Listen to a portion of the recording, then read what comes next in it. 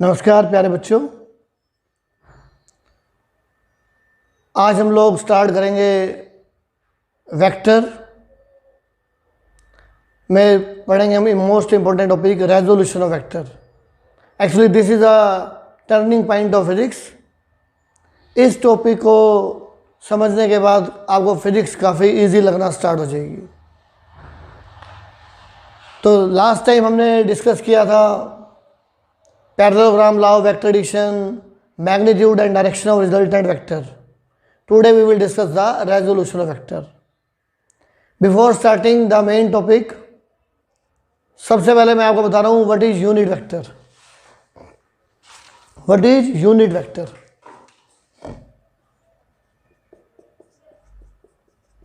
Unit vector is A vector whose magnitude is 1 and direction is same as that of given vector. This is the A cap. A cap means unit vector of A vector, and magnitude of unit vector is 1, and we can write A vector A into A cap. Vector has two things, magnitude and direction.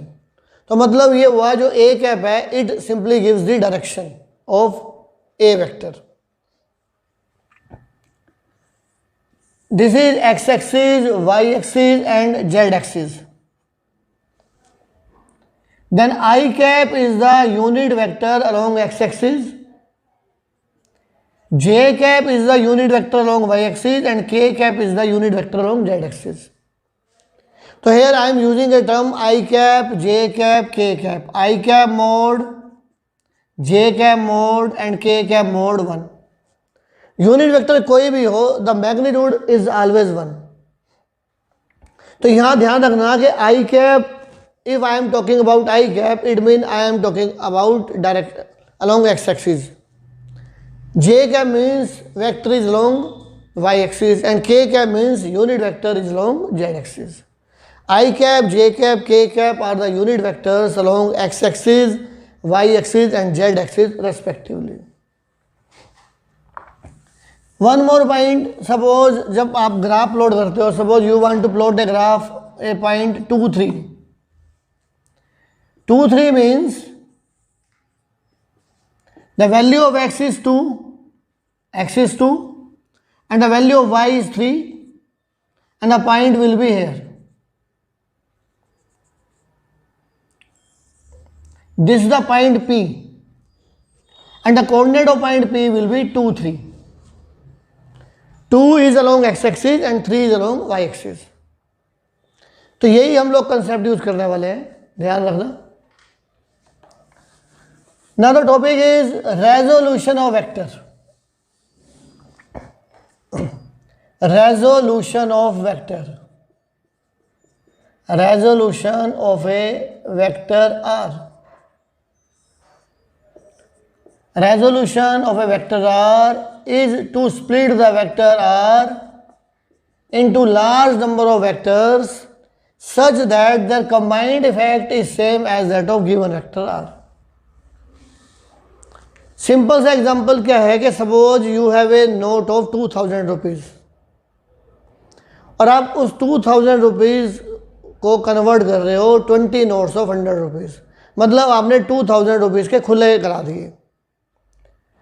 तो वो जो 2000 rupees convert हो गया 20 notes of 100 rupees, that is called resolution.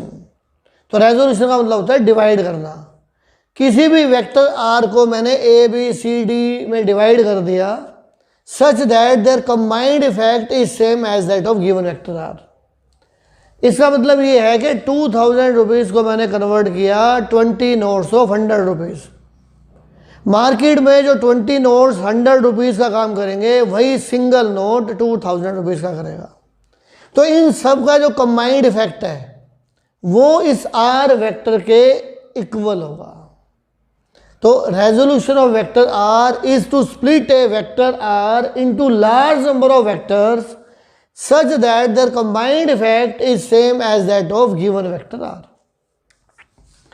तो ये जो A B C D हैं, A B C D are called component of vector, component of A vector. ये जो ए बी सी है, these are called component of vector. ये parts है vector के, कंपोनेंट मतलब पार्ट्स, पार्ट्स किसके, are vector के। A vector has infinite number of components, कोई भी वेक्टर है, it has infinite number of components. मतलब ये है कि अगर मुझे 10 को डिवाइड करना हो तो मैं इनफाइनाइट नंबर ऑफ पार्ट्स में डिवाइड कर सकता हूँ। अगर मैं स्टार्ट करता हूँ 0.01 plus 0.01 plus 0.01 plus 0.01 plus 0.0001 plus 0.001, शाम तक लगा रहूँगा तब तक भी 10 कंप्लीट नहीं होगा। तो मतलब I can divide 10 into infinite number of parts. Similarly, a vector can be split into infinite number of parts. Hence, a vector has infinite number of components. Next is rectangular components. Next is rectangular components. Rectangular components का मतलब rectangle में आता है 90 degree का concept. Angle between two sides is 90 degree.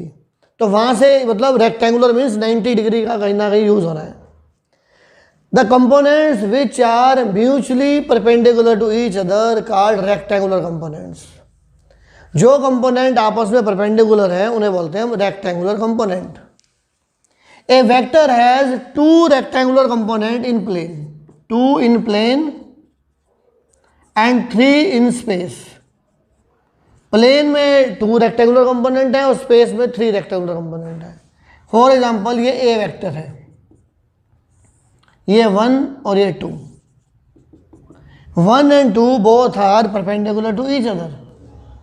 अगर by chance मैं third और plot कर दूं, 1 and 3 are perpendicular, 1 and 3 are perpendicular, but 2 and 3 are not perpendicular. तो म्यूचुअल होता है आपस में, आपस में 2 ही परपेंडिकुलर होंगे। फर्स्ट थर्ड हो सकता है, फर्स्ट सेकंड हो सकता है, बट सेकंड थर्ड नहीं होगा। तो मतलब in plane there are 2 rectangular components, और स्पेस में क्या होगा, ये 3 हो जाएगा, पेन भी हो जाएगा।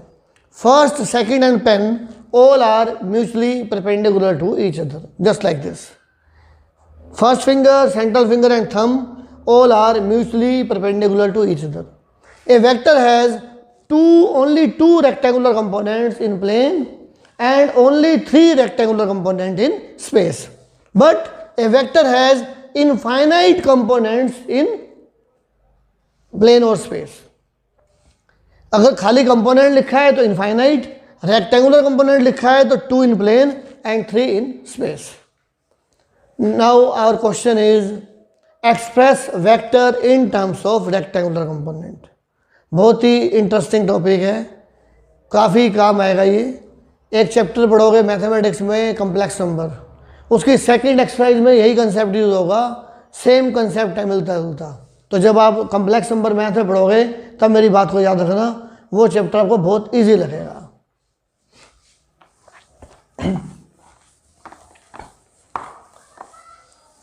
Express vector in terms of rectangular component.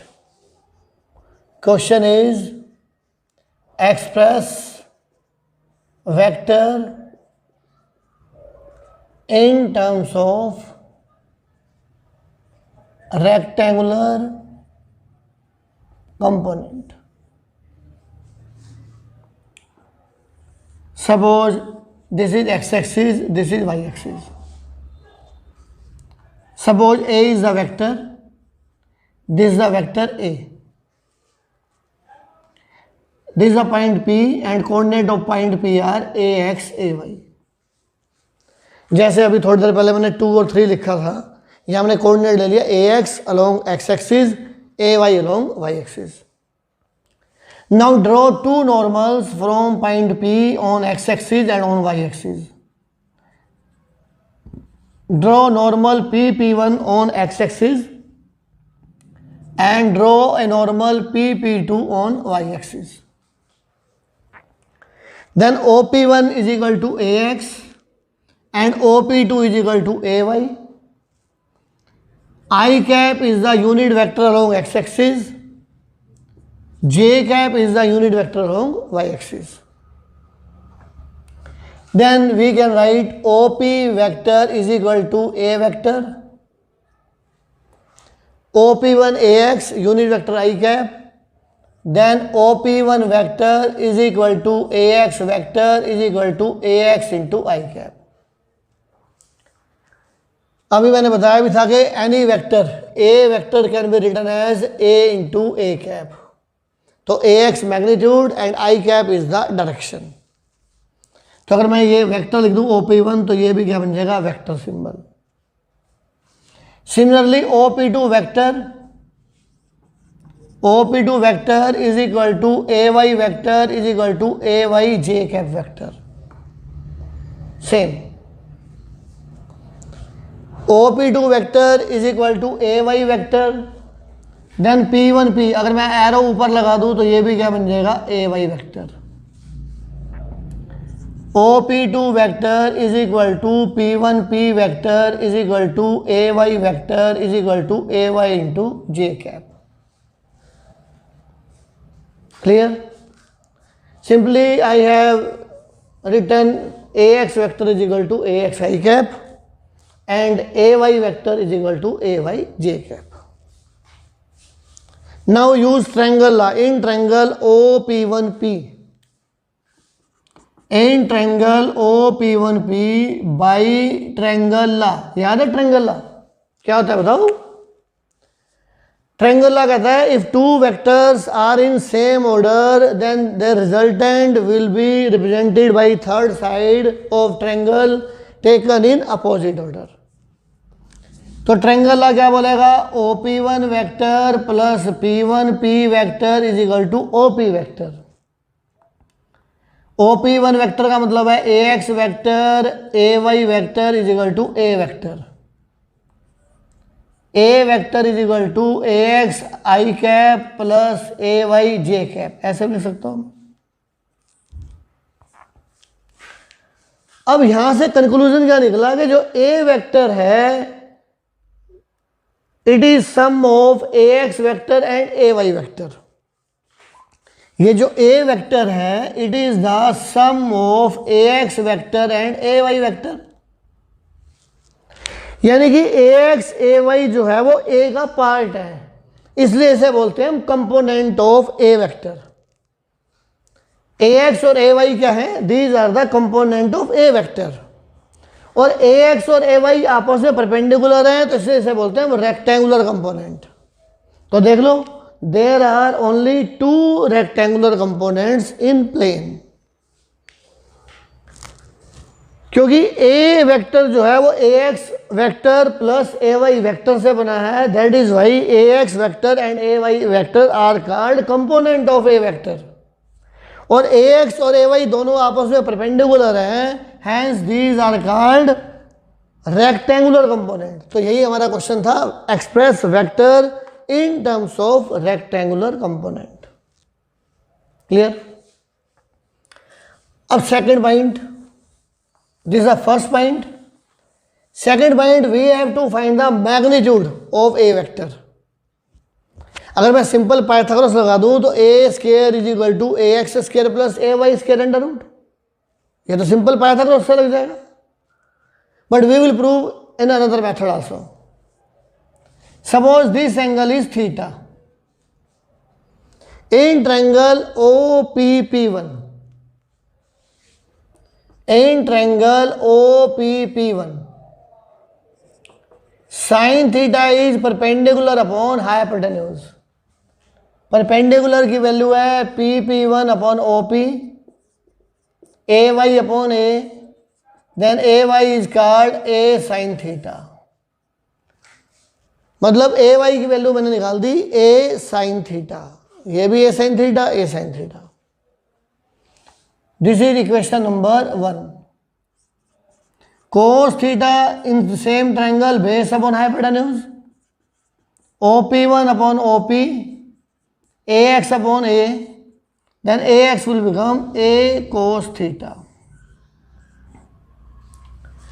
Means मेरे पास there are two rectangular component ax और ay. अब ax को मैंने लिख दिया a cos थीटा और ay को लिख दिया मैंने a sin थीटा. तो ये जो थीटा की फॉर्म में लिखना है इसको, ये आपको याद रखना है. अभी इसका हम यूज़ करेंगे तो क्लियर हो जाएगा और ज़्यादा. A Y A sine theta, A X A cos theta. Squaring and adding equation 1 and 2.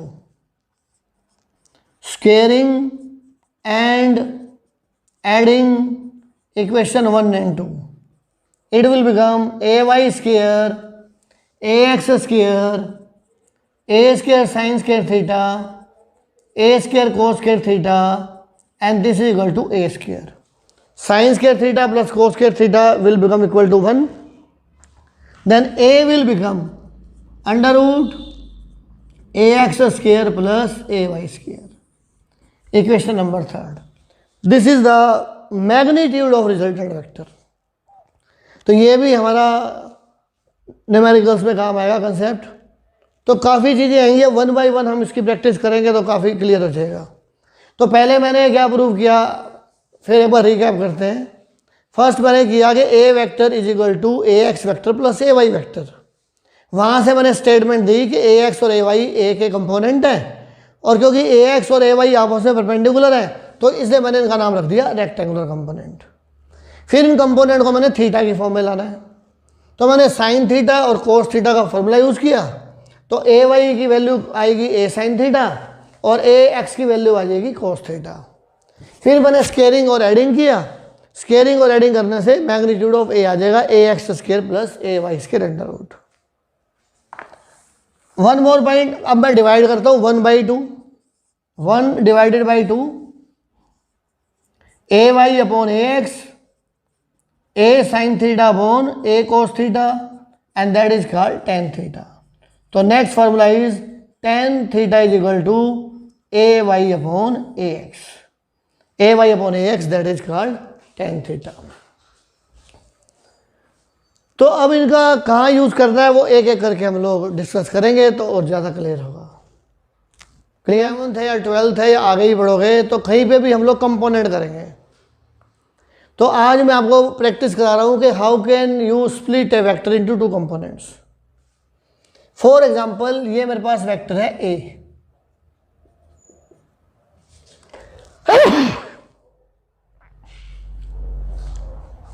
This is A vector. From tail, जो ए वेक्टर की टेल है, ड्रॉ 2 परपेंडिकुलर्स, और वेक्टर होना चाहिए उन परपेंडिकुलर्स के बीच में. This are 1 perpendicular, 2 mutually, there are 2 perpendiculars, और ए होगा इनके बीच में. Suppose this angle is theta. अगर ये एंगल थीटा है तो this component is called A cos theta. Reason क्या है, जिसके साथ थीटा होता है दैट इज कॉल्ड बेस, और कोस थीटा के फार्मूले में होता है बेस अपॉन हाइपोटेन्यूज. तो ध्यान रखना, जहाँ थीटा होगा वो कोस कंपोनेंट, और ये क्या हो जाएगा A sine theta that is called sine component. ये कोई नेसेसिटी नहीं है कि ए एक्स हमेशा ही ए कोस थीटा होगा, लेकिन अगर एंगल चेंज कर दूं, जैसे ये मैंने चेंज कर दिया, suppose this is A vector and this angle is alpha. तो टेल से मैंने 2 परपेंडिकुलर ड्रॉ किए, वेक्टर रखा बीच में. अब कंपोनेंट करने हैं तो ये कंपोनेंट होगा A cos alpha and this component is called A sine alpha. क्योंकि जिसके साथ अल्फा होता है वो होगा कोस कंपोनेंट, जो परपेंडिकुलर होगा उसके क्या होगा साइन कंपोनेंट, क्योंकि साइन थीटा होता है परपेंडिकुलर अपॉन हाइपोटेन्यूज. सिमिलरली अगर ये वेक्टर है मेरे पास आर, इसके कंपोनेंट करने हैं तो वही रूल है, टेल लो, टेल से ड्रॉ करो 2 परपेंडिकुलर. अगर ये एंगल मेरे पास थीटा है तो this component is called R cos theta and this is called R sine theta. बस सिंपल सा. अगर ये मेरे पास एंगल अल्फा है तो I will write this is R cos alpha and this is R sine alpha. तो ये कभी भी कंपोनेंट में कर दूंगा, आपको आने चाहिए। सबसे इंपॉर्टेंट टॉपिक है ये कंपोनेंट करना। फिर मेरे पास सपोज इस टाइप से वेक्टर आ गया, दिस इज बी वेक्टर, और divide B into two rectangular components. तो same from tail I will draw two perpendiculars. If this angle is theta, तो ये कंपोनेंट कौन सा हो जाएगा, B cos theta, and this component is called B sine theta. B cos theta, B sine theta. If this angle is alpha, तो alpha है तो ये क्या बचेगा, this component will become B cos alpha and this is called B sine alpha.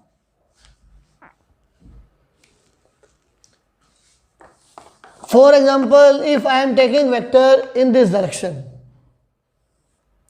this is vector C. Now divide C into two components. पहले इसकी tell से draw करो टू नॉर्मल्स, वेक्टर होना चाहिए बीच में। अब एंगल चेक करना है थीटा कौन सा दे रखा है। अगर ये थीटा है तो this is called C cos theta and this is called C sine theta. और ये अल्फा है तो this is called C cos alpha and this is called C sine alpha. तो this is the method how can we divide the vector into two rectangular components. I think अब सबको clear हो चुका हो। Pulling is easier than pushing. It is easier to pull a loan roller then push. अगर किसी चीज को पुल करना है, खींचना है, वो आसान है, पुश करना डिफिकल्ट है। तो question is, pulling is easier than pushing. It is easy to pull a lone roller than push. पुल करना आसान है, पुश करना डिफिकल्ट है। ये देखो, check this. These are the two lone rollers. ये मैंने बना दिया हॉरिजॉन्टल।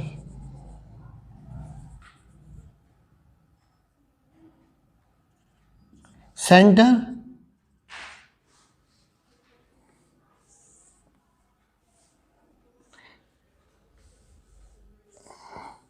ये बन गया handle of the this roller. Suppose this angle is theta, point of this angle is theta. अब तक सेम है बिल्कुल दोनों। Weight of the roller is acting downward mg, weight is acting downward mg। This the case of pulling and this the case of pushing. Pull करने में क्या होगा, we will apply the force upward. Pull करना है, this the force upward. Push करना है तो this the force downward. अब मुझे कंपोनेंट करने हैं। कंपोनेंट होते हैं टेल से। ये टेल है फोर्स की यहाँ पे। Now we will divide the F into two component. ये कंपोनेंट क्या बन जाएगा, F cos theta and this is called F sine theta. ये कोस थीटा, ये साइन थीटा, थीटा बन रहा है यहाँ पे। F cos theta is responsible for the motion. Pull करेंगे तो रोलर जाएगा राइट साइड में, तो F cos theta is responsible for the motion and net weight of the roller, net weight of roller will become mg minus F sine theta. mg and F sine theta are opposite, तो net weight of the roller will become mg minus F sine theta. अब यहाँ split करना है, tell है force की यहाँ पे। अब यहाँ स्प्लिटिंग करूँगा तो कोई एडवांटेज मुझे मिलना नहीं है, तो वेक्टर को मैं पैरेलल शिफ्ट करता हूँ। एक सेकंड वीडियो में बताया था कि we can shift the vector anywhere keeping magnitude and direction same. This is force F, push किया मैंने। ये एंगल थीटा है तो this angle is also theta. Vertical opposite angles, ये ओ पॉइंट है। Now divide f into two components. ये component, this is called f cos theta, responsible for the horizontal motion, and this is called f sin theta. Here net weight will become mg plus f sin theta. mg plus f sin theta is the net weight. In case of pulling, net weight decreases. In case of pushing, net weight increases. तो net weight की value क्या होगी, mg plus F sine theta, और यहाँ net weight है mg minus F sine theta. And we all know it is difficult to move heavy body in comparison to lighter body. तो push करते time weight increase हो गया, pull करते time weight कम हो गया, hence pulling is easier than pushing. A vector is equal to ax I cap ay j cap and this is in plane. In plane vector can be written as in this way, and magnitude of a vector will become ax square ay square under root. This is a result we are using in plane, but in space we can write a vector is equal to ax I cap ay j cap and az k cap, and magnitude of a vector will become ax square ay square az square under root. This is the second formula derived in previous article. अब इस पे हम concentrate करेंगे. Suppose a vector is given as 2y cap plus j cap minus k cap. This is the a vector in terms of rectangular component, 2y cap plus j cap minus k cap. Find magnitude of a vector. Then magnitude of a vector will become ax square ay square az square under root. What is ax? ax का मतलब है coefficient of I cap, और यहां coefficient of I cap है 2 square. ay is the coefficient of j cap, means 1 square, and az is the coefficient of k cap, and the coefficient of k cap is -1. -1 square under root. 4 plus 1 plus answer will be root 6. Then magnitude will comes out to be root 6.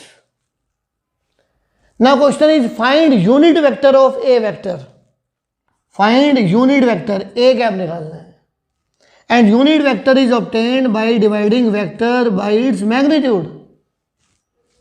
A vector is 2y cap plus j cap minus k cap upon root 6. This is the result. ये आ जाएगा unit vector of A vector, and it is represented by A cap.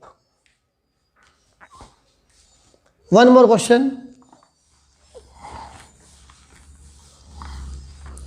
For example vector A is equal to 3i cap plus K cap. Find unit vector of, find A cap, find unit vector of a vector. Here j cap is missing, j is missing, so coefficient of j cap is ay, that will be 0. Then magnitude will become ax square ay square az square under root. What is ax? Coefficient of I cap, 3 square. What is j cap? Coefficient of j cap, that will be 0. Coefficient of k cap is 1 square. Answer is under root 10. And a cap is equal to a vector upon a. 3i cap plus k cap upon root 10. This answer. And you may write also 3i cap upon root 10 plus k cap upon root 10. You may write in this form also. तो ये दोनों जो फॉर्मूले हमने discuss किए हैं component of vectors पे, resolution of vector, तो अब नेक्स्ट क्या है, इसकी आगे फर्दर प्रैक्टिस करेंगे तो ये सारे फॉर्मूले आपको याद हो जाएंगे. तो क्योंकि आप अभी 11th क्लास में आए हो एक तो आपका 10th से 11th स्टैंडर्ड चेंज हो गया, ऊपर से लॉकडाउन हो गया, तो इसलिए आपको बहुत ज़्यादा प्रॉब्लम्स आ सकती हैं। तो प्रॉब्लम सॉल्व करने के लिए हम लोग हैं आपके साथ। आप वीडियोस को 2 बार 3 बार देखो। अब जो स्लो स्पीड है वीडियो डालने की, उसके पीछे रीज़न है, क्योंकि अभी आप 11th क्लास में आए हो, आपको ये भी नहीं मालूम कि हमें पढ़ना कैसे है। बहुत ज़्यादा पढ़ा दिया तो आपको कुछ भी समझ में नहीं आएगा। इसलिए जो प्रोसेस स्लो इसलिए रखा है कि कॉन्फिडेंस आ जाए कि आपको फिजिक्स जो है वो सिंपल लग रही है और इजी लग रही है। फिर भी कोई डाउट है तो आप मुझे कॉल कर सकते हो, व्हाट्सएप पे मैसेज कर सकते हो। Definitely I will reply. Stay home, stay safe, good bye.